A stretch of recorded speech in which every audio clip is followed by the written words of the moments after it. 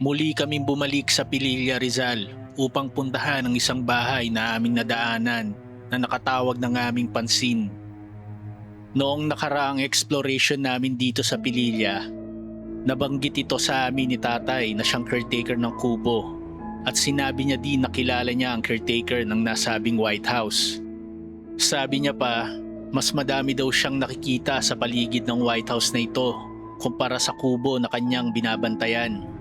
Nakasalubong namin ang dating caretaker ng bahay na tumangging humarap sa kamera. Pero ang sabi niya, tumira pa daw sila dito at bago pa ito mabandona ay may mga kwento sa lugar na may namatay daw na matandang babae sa loob ng White House at natagpuan ito isa sa mga kwarto sa baba at saksi din ng mga ilang residente na nakatira sa lugar. Bago maggabi ay bumiyahe na kami upang balikan ang nasabing lugar. Masama ang panahon sa mga oras na iyon at nagbabadyang malakas na ulan. Kailangan namin magpagabi kaya naman tumigil muna kami sa isang gasolinahan malapit sa bahay. Nagpahinga muna kami saglit at hinintay tumila ang ulan. Saka kami bumalik sa bahay at sinimula ng exploration.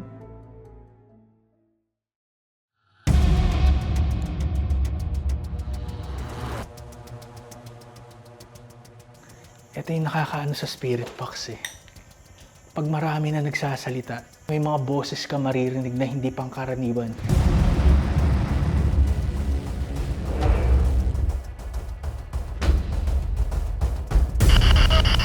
Tulong? Bakit nasa kisame yan? Ay no, dalawa na sila. Siguro eto na yun, yung kwarto ko sa natagpuan, yung matanda. Kasi sabi nila, yung pinakamalaking kwarto sa baba. Parang sumigaw siya sa spirit box. Parang galit.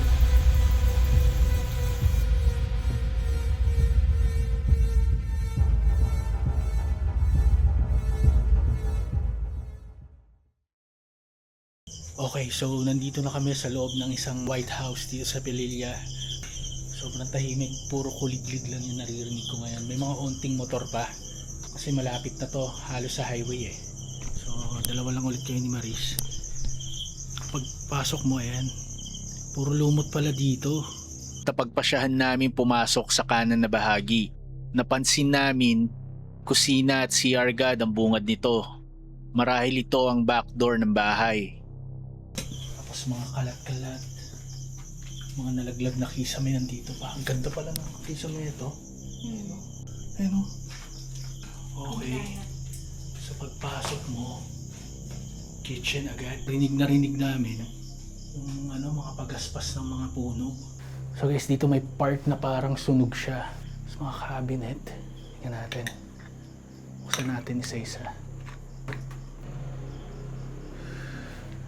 Tapos may mga number. Siguro dito nilalagay yung mga susi ng kotse nila, no? Hindi, ganun yun eh. Mga susi sa mga iba't ibang kwarto. Dito sa kaliwa, ayan, may mga lamesa. Kitang-kita yung lamesa. Tapos may kwarto dun. Tapos ayan ni hagdan, pababa ng ng mga kwarto. Ito, CR lang naman. Wala naman special. Pero kung natatandaan niyo yung vlog ko sa Purinaria, gantong-ganto yung style ng tiles, marmol. Ayan guys, tingnan nyo. Tapos butas na rin. Hindi ko nabubuksan yan kasi nadala na ako dun sa warehouse lintik. Paglagpas ng kusina, nakita namin ang isa pang pinto papasok ng bahay. Dito, makikita mo agad ang maluwag na space na may balcony at may masukal na tanawin. May mga bintana. Uy, gagi, may paniki. Naipunan ng tubig yung beranda. So, ito yung pinaka parang sala nila, guys. Ang ganda pala. Ang kwento sa akin ni ate, kasi nakasalubong ko siya kanina. Siya daw yung dating caretaker dito. Mayaman daw yung may-ari neto, hindi na na-manage at nabili na ng bangko. Pero bahay lang siya talaga. Wala. Bahay lang. Commercial. Hindi. Bahay lang talaga siya. Bahay lang na napabayaan na talaga. Ang ganda. Kaso puro tubig kasi Ayun nga, naulan. Tapos, ano daw dito, kitang-kita mo yung view. Wala pa yung mga puno na yan. Kitang-kita mo daw yung view. Kitang-kita mo yung, ano ba yun? Yung Laguna Bay. Oo, kita daw dito. Tapos may nakita ako dito, guys. Feeling ko, lalagyan to ng mga display nila. Ayan, oh. Kasi may mga paako pa siya. So, feeling ko dito merong may picture frame dyan dati. Or display. Tapos, tingnan mo, pang mayaman yung design ng mga kisame nila. Alam mo yung mga ilaw sa mall? Ayan, o, tingnan mo, mga butas. Ganyan yung mga ilaw nila. May tangke sila doon. Ayan, o. Makikita nyo, may tangke. Ang ganda ng ang ganda ng floor na to. Tapos pasukin natin yung unang kwarto na nakita ko. Ayan, guys, punta tayo dun sa kwarto na yan. Let's go.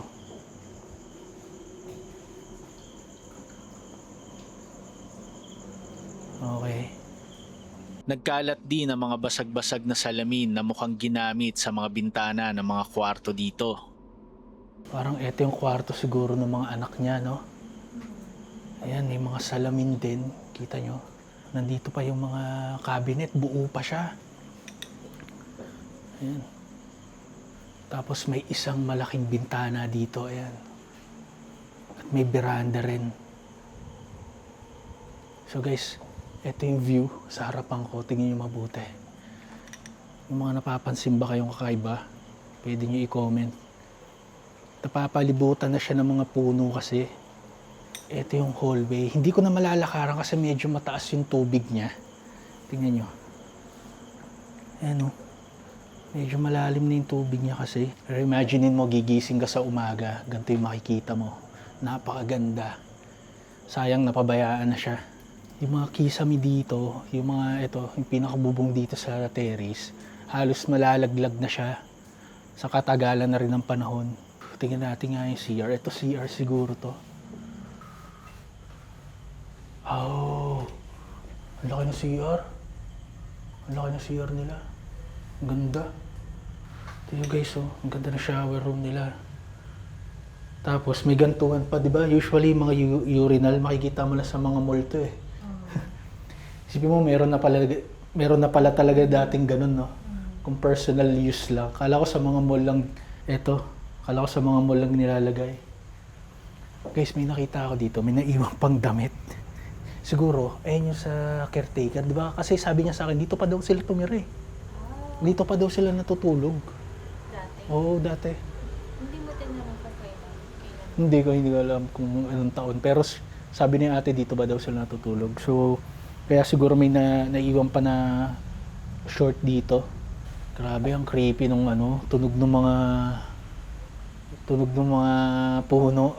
Pumapagaspas kasi ang lakas ng hangin. May bagyo eh. Buksan natin yung mga cabinet. Tingnan natin kung may mga naiwan pa.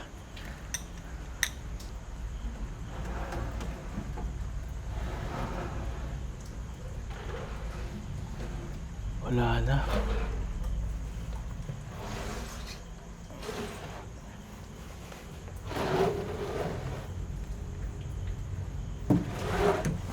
Wala nang laman. Tara.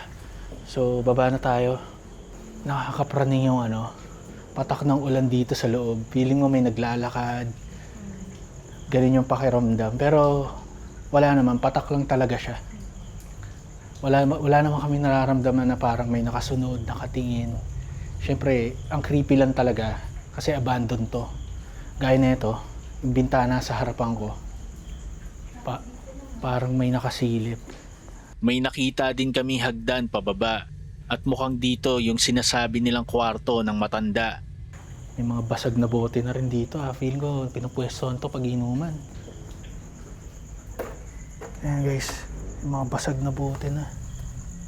Tapos may mga kahoy. Ayan, puro basag na rin.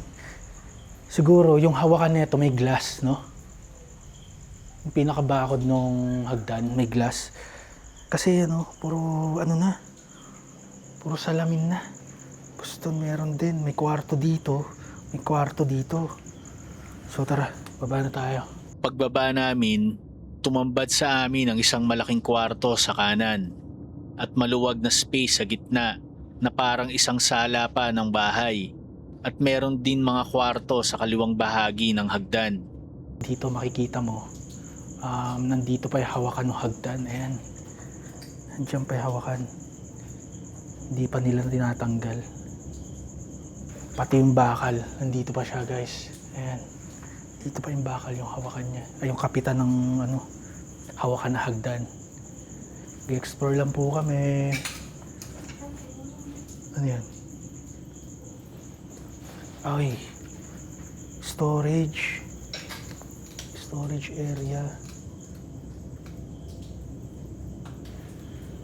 Pero kung ano pa tong bahay na to, kung tinitirahan pa to, makakasabay to sa mga sa mga modern house. Ang ganda eh. Ang ganda ng style niya kasi pababa. May overlook. Oo, may overlooking sa pagpasok mo kaagad. So dito sa baba, guys, CR agad yung bubungad dito sa kaliwa. Ayan siya. CR. Tara, pasukin natin. Oh, so kita mo yung baba. Ayun, may doon. Narinig ka. Sa kabila na. Tulo lang yan. Tulo pa rin, no? Sige. Wait lang. May naglalakad.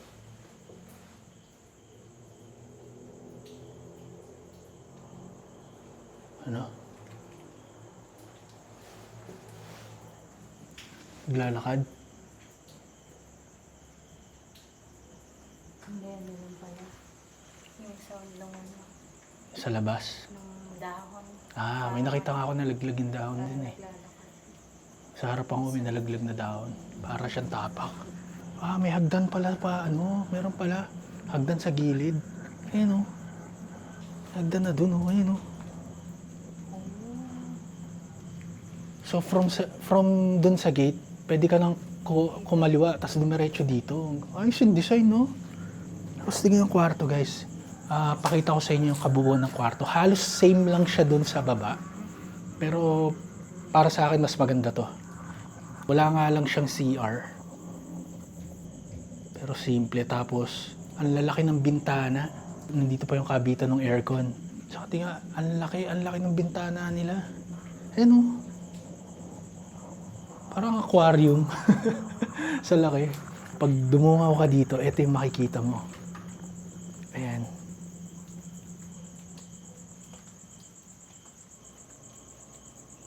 Puro damo-damo na rin, kinain na ng mga puno. Siguro ito na yung kwarto ng matanda. Di ba dito daw natagpuan yun? Nakabahan tuloy ako pasukin. Tabi-tabi po, mag-explore lang po kami. Ang laki ng kwarto siguro. Ano to? Master's bedroom, no? Dito sa baba. Okay, so eto na yung master's bedroom. Pakita ko sa inyo yung isang buo niya. Naririnig ka? Yung kanina lang, ha? Tulo lang. Puro tulo, no? Mulan kasi. Oo. Kaya medyo hindi namin ma-identify kung ano na ba yun, paranormal na ba yun, or tulo lang talaga. Pero 100% tulo lang siya. Pero kung may mga maririnig kayo na something sa video namin, kung may napansin kayong kakaiba sa video namin na hindi namin nakita during edit, pwede nyo i-comment, okay? So, lagi takot ako dito sa sa kaliwa ko. Ano mo?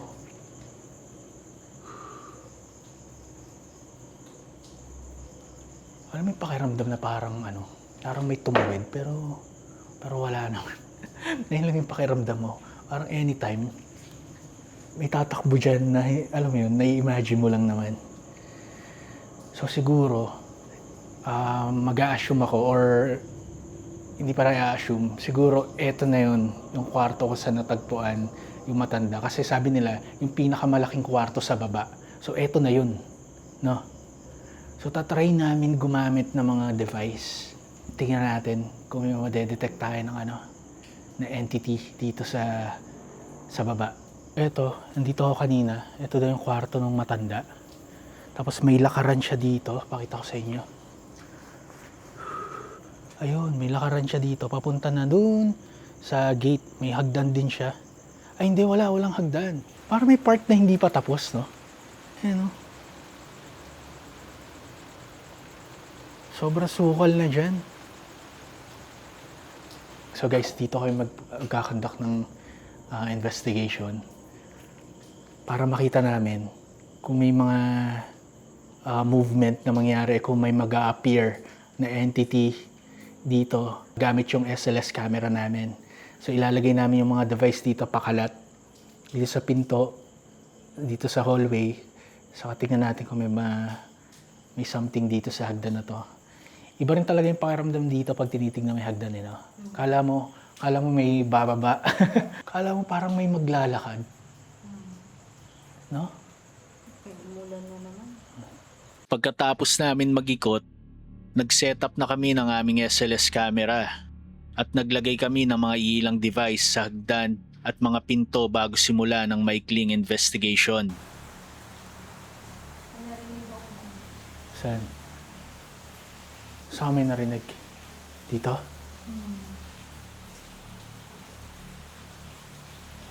Explore lang po kami.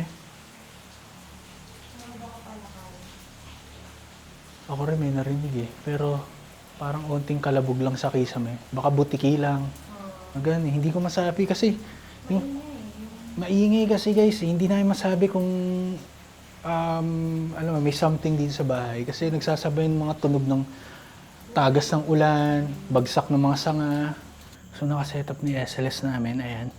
Titignan namin kung makikita nyo. Nag-form ng stick. Tignan natin kung may makukuha tayong entity dito sa baba. Parang parang may naririnig akong naglalakad sa paligid. Magandang gabi, ako si Harry. Gagamit ako ng spirit box. Pwede kayo magsalita dito sa hawak ko. Kung may kasama kami ngayon dito, pwede ka ba magpakita? Pwede ka ba magpakita sa amin ngayon? Tumabi ka sa akin. Magpatunog ka ng mga ilang bagay dito sa loob ng bahay. Wala pa. Gagamit ako ng spirit box. Pwede ka magsalita gamit to. Nandito ba yung matanda?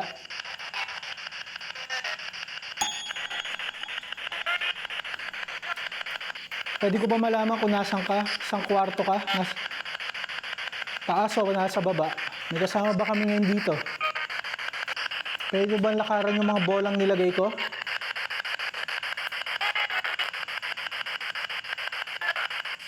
Hello din.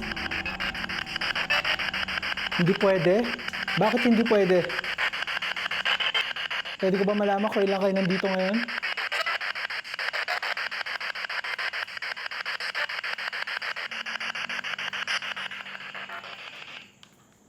Wala akong maintindihan sa mga response. Wala pa rin nag-a-appear sa SLS, no? Okay. Tingin mo, lipat tayo sa kwarto. Sige. Tatry namin dito sa kwarto kung saan daw nakita yung matanda. Tara. May kasama ba ako ngayon dito? Nakikita ka namin. Pwede ka tumayo sa harapan ko?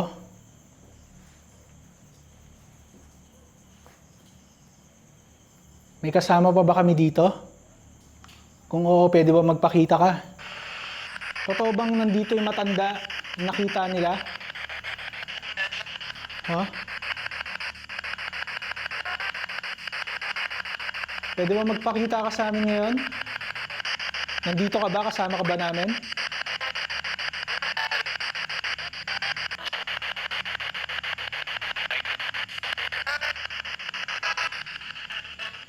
Wala pa kaming makuhang image gamit yung camera. Ayan. Tututukan ni Maris. Halos ako lang yung lumalabas sa screen at walang iba. Kasi kung may kasama ako dito, kung makikita nyo, dalawa kami madedetect niyan. Ayan, dalawa kami. Pwede ba magpakita ka? Tumabi ka kay Maris. Tabihan mo nga si Maris. Alam ko nandiyan ka sa pinto. Pwede ba lumabas ka dyan sa pinto? Sa inyong pinto. Lumabas ka nga sa pinto. Ayun na. Ayun na. Ang laki. Ayun na. Gumagapang. Nasa kisame. Gagi, lumalaki ulo ko. Oo, Gagi. Salamat. Gagi, nagpakita na guys. Iabot ko yung kamay ko. Iabot ni Maris yung kamay niya. Guys, andito siya sa pinto. Ayun. Andun siya. Dito na kami kinilabutan dahil hindi namin ina-expect na may makikita kaming imahe sa kisame. Nakakatakot dahil kung ano-ano ang nai-imagine namin sa mga oras na iyon. Isang malaking imahe ang lumabas sa mismong pinto na tila nakalutang pa. Pwede mo bang hawakan mo yung kamay ni Maris? Gagi, nasa kisame. Bakit nasa kisame yan? Nawala. Lumamig. Lumamig? Dito sa kamay ko. Ha? Lumamig dyan sa kamay mo? Nakakamiss screen na. Doon ka. Seryoso? Panik ka niya. Dito, tingnan ko. Malamig nga. Ang lamig dito. Hindi siya yung hangin papasok, pero dito sa taas, iba yung lamig. Pwede ba magpakita ka ulit sa amin? Gay. Inilabutan ako nasa taas ng kisame. Taas ang laking tao. No? Ano yung naramdaman mo? Andyan siya? Lumamig lang sa kamay ko. Lumamig yung kamay mo? Parang may hangin na dumaan. Oo. Tapos kakaiba yung ano niya, kakaiba yung lamig dun sa taas, no? Hindi siya kasi ito, malamig yung hangin, yung simoy ng, yung kumbaga yung buga ng puno. Pero nung tinaas ko yung kamay ko dun, guys, ito, parang may naipon na lamig talaga dyan, no? Medyo kinilabutan ako, natakot, pero na-amaze ako. Pwede bang magpakita ka ulit sa amin? Pailawin mo yung bola dyan na nasa baba. Tuturuan kita kung paano. Dalawa kami ni Maris. Patayin natin isang ilaw. Para ayan, dim lang. Nandito ka pa ba kasama namin? Pwede mo magpakita ka ulit? Pero gagi, angas. So kung tutusin guys, ang laki niyang tao. Nandito siya, oh. Ganyan siya kalaki, oh. Halos yung katawan niya nandito na. Okay, so nandito ako sa posisyon kung saan ka nagpakita. Pwede mo bang hawakan yung kamay ko? Itataas ko? Hindi siya buga ng hangin, pero malamig to. Malamig dito. Dito sa banda. Kasi dito, iba na yung temperature. Dito talaga. Nandito ka pa ba? Pwede mo ba hawakan yung kamay ko? O magpakita ka sa amin? Gagamit ako ng radyo. Pwede mo akong kausapin gamit to. Nandito ka pa ba sa kwarto?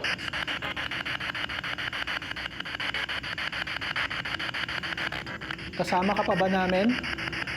Ikaw ba yung kaninang nasa pinto?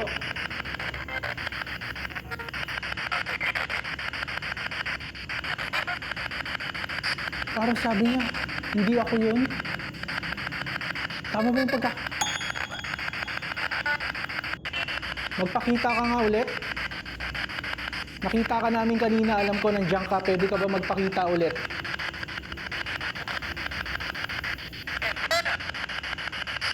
Ayan. Parang sumigaw siya sa spirit box. Parang galit. Kung ano yung naririnig ko, kinakabahan ako. Hindi ko alam kung parang ang dami kong kausap, ang daming nagsasalita dun sa radyo. Gusto mo bang umakyat kami? Tatanungin natin guys kung nandito pa ba siya. Or kung gusto niya umakyat kami at doon namin ipagpatuloy. Nandito ka pa ba sa baba?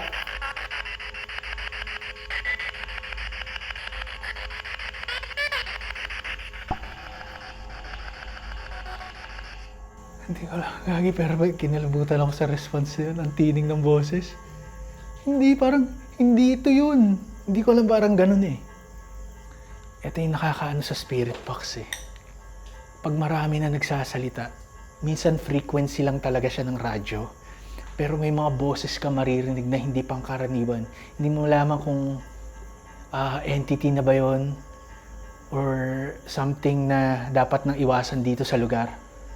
Iba-iba ang sagot na nakukuha namin sa spirit box. At madalas, hindi ito konektado sa mga tinatanong namin. Nag-decide na lang kaming umakyat ulit pataas upang tignan kung may makukuha ulit kaming imahe gamit ang SLS camera. So guys, lumipat kami dito sa taas. Pinwesto namin yung SLS sa gilid. May nakapwesto dito sa dito sa part na to. Nandito siya. Pinto to, di ba? Pwede ka bang bumaba?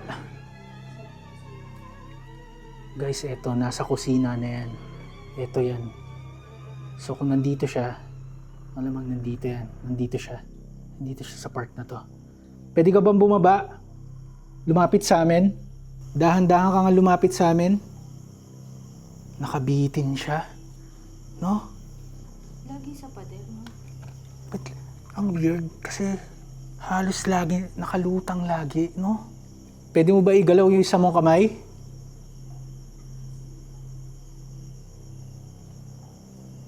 Pwede bang bumaba ka? Bumaba ka nga. Para siya nakaganon. Nakaganon. Oo. Parang naka Spider-Man. Elemento ka ba o spirito? Yung nandito? Tulong? Natinda mo yun? Pwede bang pakiulit? Inulit na. Babae ka ba o lalaki?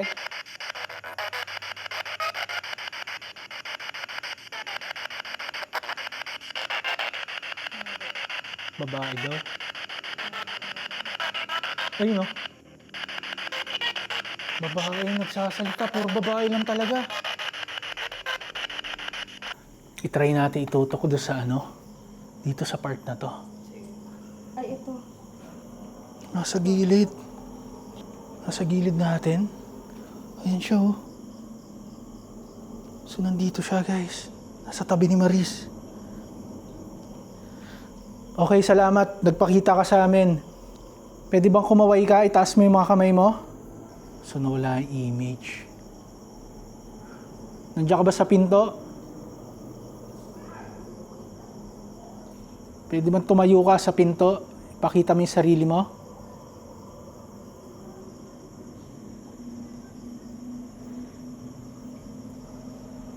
Pupunta ako dun. Lapitan mo ako. Magpakita ka sa akin.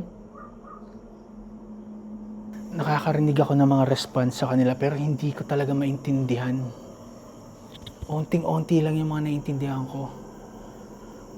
Tapos yung mga ibang imahe after doon sa baba, saka dito sa pinto, hindi na nagpakita yung iba. Pero tatry namin ulit, huling beses. Habang sinusuri namin maigi ang isang imahe na nadetect ng aming SLS camera, nagulat kami nang may biglang lumitaw na isa pang imahe sa kisame na tila nakagapang ang posisyon nito. Kinilabutan kami dahil kakaiba ito sa mga nakuhanan namin. May tinuturo siya, no? Pero parang ang laki niya. Ayan, no? Yung line lang yun na nadidetect niya. Oh, pwedeng line yung nadedetect niya, guys, no?